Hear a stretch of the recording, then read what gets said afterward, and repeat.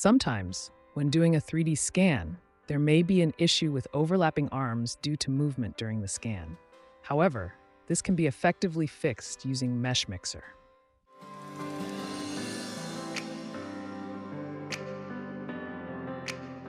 I have imported the project into Meshmixer, and I am now starting to select the overlapping areas.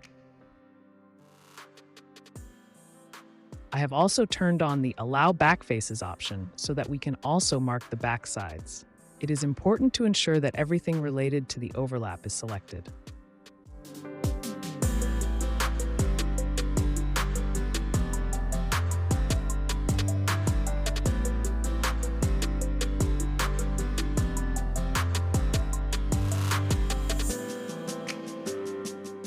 Once everything is selected, we can use the Erase and Fill function to delete and fill in the areas.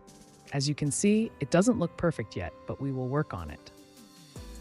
Playing around with the options can also be helpful. It should have a smooth transition without protruding too far or sinking too deep.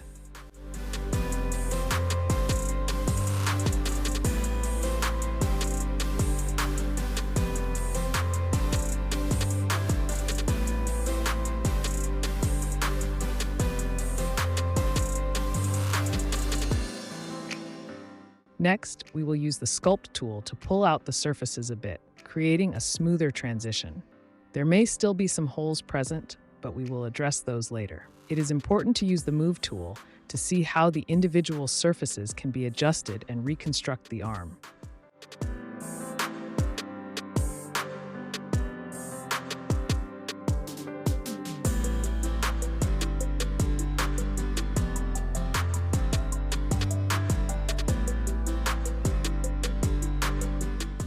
The surface may not look nice yet, but the measurements are approximately correct.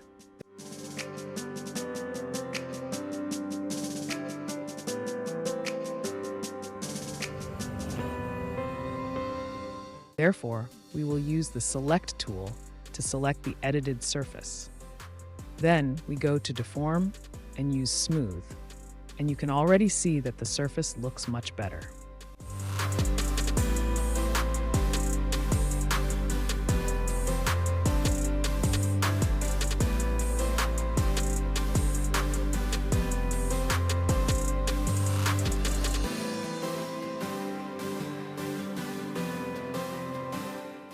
I also encountered a problem with my black bracelet where the scan created a hole that I couldn't film. However, we can simply cut off the arm.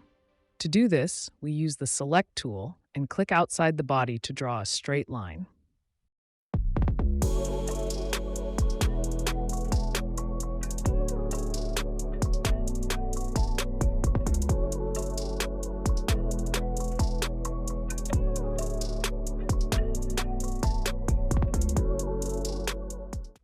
With the Delete key, the surfaces can be completely removed.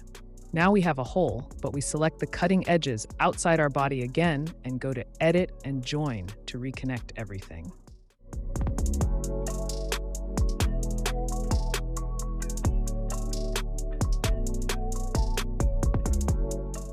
You can see that it works well. There are still some unevenness from the watch, but these can also be easily selected.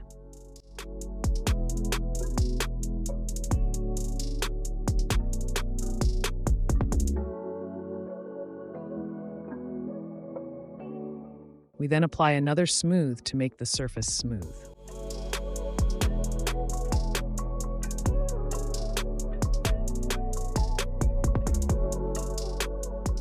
Finally, there are some artifacts on the foot, which can also be easily selected. We click outside the body to get a line and follow along the surface. It is important to have Allow Backfaces enabled again.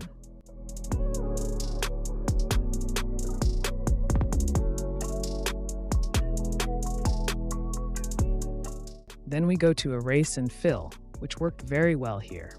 And of course, the individual areas can be further edited using the Sculpt tool. Just pull in the protruding surfaces a bit.